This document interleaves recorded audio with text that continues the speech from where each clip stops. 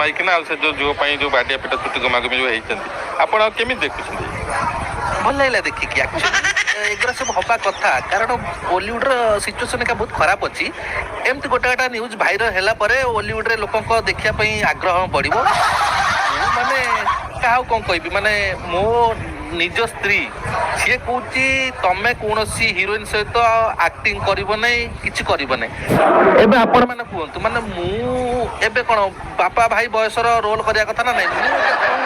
ତାପରେ ଆଉ ଗୋଟେ କଥା ଆପଣ ମାନେ ନିଜେ କୁହନ୍ତୁ ମୁଁ ଏତେ ବର୍ଷ ଇଣ୍ଡଷ୍ଟ୍ରିରେ ଦେଲେଣି ମୁଁ କୌଣସି ମୋ ନାଁ ଦେଖିଛନ୍ତି ଶୁଣିଛନ୍ତି ଖରାପ ହଁ ଆପଣ ଶୁଣିଥିବେ ଯେ ବଙ୍ଗାଳୀ ମାନେ ଆସନ୍ତି ମାନେ ଅଲଗା ଖେଳ ହେଇଯାଏ ସିଏଟା ହୁଏ ଆପଣ ଏଥିରେ କାହାର ଭୁଲ ଭୁଲଟା ଆକ୍ଚୁଆଲି କାହାର ନୁହଁ ଭୁଲଟା ହଉଛି ପାଗର ଗୋଟେ ଲଘୁଚାପ କଣ୍ଟିନ୍ୟୁ ହେଇକି ରହିଛି ପାଗଟା କେମିତି କରୁଛି ଏମିତିଆ ପାଗରେ କଣଟା କରିବ ମଣିଷ ଖସି ଯାଉଛି ଆଉ ମୁଁ କଣଟା ବେଶୀ କହିବି ଆପଣ ଜାଣିଥିବେ ଯେତେବେଳେ ମୋର ମ୍ୟାରେଜ ହେଇଥିଲା ମତେ ସମସ୍ତେ ମାନେ ସୋସିଆଲ ମିଡିଆରେ ସବୁ ଭାଇରାଲ କରିଥିଲେ କି ଆମେ ନିଆରେ ମୁତିଛୁ ଆମକୁ ଭୋଜି ପାଇଁ ଡାକୁନି ଆମକୁ କହୁନି ଆପଣ ମାନେ ବିଶ୍ୱାସ କରିବେନି ବସ୍ ବାଲା ବାକି ପଡ଼ିଥିଲା ବସ୍ ବାଲା ପଇସା ଦିଆହେଇଥିଲା ସିଏ ମୋ ମୁଣ୍ଡ ଖରାପ କରିଥିଲେ ଘର ଦୁଆର ପରେ ବସିଥିଲେ ତଥାପି ବି ମୁଁ ସ୍ୱୟଂ ସହାୟକ ଗୋଷ୍ଠୀରୁ ପଇସା ଉଠେଇଲି ଆଙ୍କ ପାଇଁ କର୍ଜ କରିକି ଭୋଜି ଫୋଜି ଦେଲି କିନ୍ତୁ ଏ ଶଳାରା କେହି ଭଲ ଲୋକ ନୁହଁ ସମସ୍ତଙ୍କ ପାଇଁ ମୁଁ କହିବି କାହାକୁ ଛାଡ଼ିବିନି ଦେଖିବ ମାନେ ମୁଁ ଏତିକି କହିବି ସେ ଜିନିଷଟାକୁ ମାନେ ଫସିଗଲା କଣ ସିଏ ନେଇ ଆଣି ଥୋଇ ପାରିଲାନି ଜିନିଷଟା କେମିତି କଣ ହବ ତା ଧାରା ପାଇଲାନି। ତାପରେ ଆଉ ଗୋଟେ କଥା ଯୋଉ ଗେଷ୍ଟ ହାଉସ୍ ଆଉ ଲଜ୍ ସବୁ ରହୁଛି ସେତେବେଳେ ଭାରି କେୟାରଫୁଲି ଯିବାକୁ ପଡ଼ିବ କାହିଁକିନା ସେଥିରେ କେତେବେଳେ ରେଟ୍ ପଡ଼ିବ କୋଉ ସମୟରେ କିଛି କହିହବ ନାହିଁ। ମୋ ଜାଣିବାରେ ଓୟୋ ସବୁଠୁ ବେଷ୍ଟ କାରଣ ସେଥିରେ କିଛି ଟେନସନ ନାହିଁ ଆଇଡି ଦେଖାଅ ଭିତରକୁ ଯାଅ ତ ସାମ୍ପୁ ମିଳିବ ସାବୁନ ବି ମିଳିବ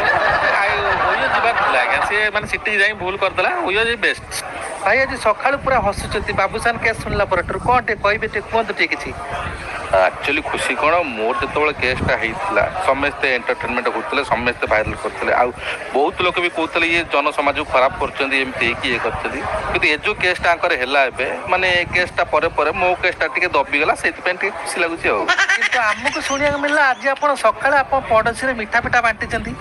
ଏତେ ମାନେ ଖୁସି କ'ଣ ମାନେ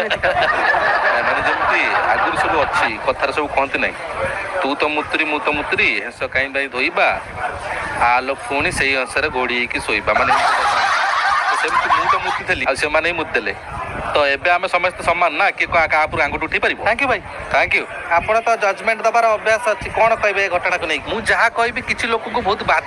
ବାଧୁ କିଛି ନାହିଁ ମୋର ଟେନସନ୍ ମୁଁ କହିବି କାରଣ ଏବେ ଆପଣ ଦେଖୁଥିବେ ଯେତେ ଆର୍ଟିଷ୍ଟ ଅଛନ୍ତି ଯଦି ପାଡ଼ିଲା କି ଛିଙ୍କିଲା ତାକୁ ଏକା ସୋସିଆଲ ମିଡ଼ିଆରେ ଭାଇରାଲ କରିଦେଉଛନ୍ତି ଯଦି ଗୋଟେ ଜଜମେଣ୍ଟ ଜାଗାରେ ମୁଁ ଚକୁଳି ପିଠାରେ କେତେଟା କ'ଣ କହିଦେଇଥିଲି ତାକୁ ଏତେ ଆକାରରେ ଭାଇରାଲ କଲେ କିଛି ଚ୍ୟାନେଲ ଏମିତି ସୋଦାସୁଦି କଲେ ମତେ କହିବାକୁ ମାନେ ଖରାପ ଲାଗୁଛି ଆପଣଙ୍କୁ ବୁଝିପାରିଲେ କି ମୋର ତ ଇଚ୍ଛା ହେଉଛି ଯୋଉ ମେମ୍ବର ମାନେ କି ଯୋଉ ଭାଇରାଲ କରୁଛନ୍ତି ମୋ ଭିଡ଼ିଓକୁ ସୋଦାସୁଦି କରୁଛନ୍ତି ସେମାନଙ୍କୁ ଡାକିକି ଆଣିକି ତାଙ୍କ ମୁହଁରେ ପାଡ଼ି ଦିଅନ୍ତି ବୁଝିପାରିଲେ କି ଏସବୁ ଗୁଡ଼ା ଠିକ୍ କଥା ନୁହଁ। ମୁଁ ତ ଚକୁଳି ପିଠା ପାଇଁ ମାନେ ସମସ୍ତଙ୍କ ଆଗରେ ବଦନାମ ହେଇଯାଇଥିଲି ଏବେ ଇଟିଲି ପିଠାର ଯୋଉ କଣା ହେଇଯାଇଛି ତାକୁ କ'ଣ ଯୋଉ ଲୋକମାନେ ମତେ ଜେଲସ୍ ଫିଲ୍ କରିଥିଲେ ଆଜି ସେଇ ଲୋକମାନେ ମୋ ବିରୁଦ୍ଧରେ କହୁଛନ୍ତି ସବୁ ତୋରି ପାଇଁ ତତେ ମୁଁ ମନା କରିଛି ତୁ ଓୟୋ ବୁକ୍ କର ସେ ଗେଷ୍ଟ ହାଉସ୍ ବୁକ୍ କର ନା କିନ୍ତୁ ତୁ ମୋ କଥା ଶୁଣିଲୁ ନାହିଁ ଆଜି ଏଇ ଭୁଲ ପାଇଁ ମୋ ଇଜ୍ଜତ ଖରାପ ହେଇଗଲା। ଆରେ କାହିଁ ମାକୁନାଥରେ ଗିଆ ଗିଆ ହଉଛ ଯୋଉ କଳାକାରର କଳଙ୍କ ନାହିଁ ସିଏ କି ବାଳ କଳାକାର ତମକୁ ଟିକେ ବି ଖରାପ ଲାଗୁନି ନା କାହିଁ ଜଣା ପଡୁନି ମୁଁ ରଖୁଛି ତାହେଲେ ଯାହା କୁହ ସାଙ୍ଗମାନେ ବାବୁ ଏକା ମାର୍କେଟରେ ଖେଳୁଛି ଫିଲ୍ମ ଚାଲୁ ନ ଚାଲୁ କିନ୍ତୁ ଏ ଭିଡିଓ ପୁରା ଭାଇରାଲ ଚାଲୁଛି। ତ ମୂଷା ଆରେ ବସ କିଛି ଟେନସନ୍ ନାହିଁ ବସ କ'ଣ ବ୍ରାଣ୍ଡ କ'ଣ ବସ ଆରେ ବସ ବୁଝିଲେ ପିଲେ ତମ ଏଜରେ ଥିଲାବେଳେ ମୁଁ ଫୁଲ ଟେକୁଥିଲି। ଆଚ୍ଛା ମତେ ଗୋଟେ ସତ କଥା କୁହ ବାବୁ କେସ କ'ଣ ମାନେ ତା କହିବା କଥା କ'ଣ ସିଏ ଚେନ୍ନାଇ ଯାଉଥିଲା ଆଉ ତାଙ୍କ ସ୍ତ୍ରୀଙ୍କ ଅଧା ବାଟରେ ଅଟକେଇକି ତାଙ୍କ ଟଣା ଘୋଷା କରି ମରାପିଟି କରିଥିଲେ। ଆରେ ଏ କଥା ତ ଜଗତ ଜାଣିଛି ଦୁଇ ଚ୍ୟାନେଲ ବି କହୁଛି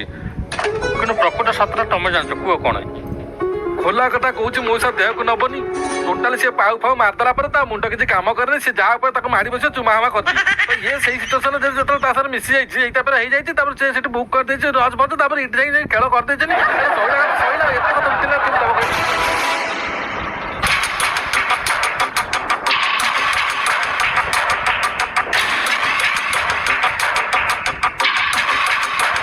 ନାଇଁ ବାପା ମୁଁ କହୁଥିଲି କି ମାନେ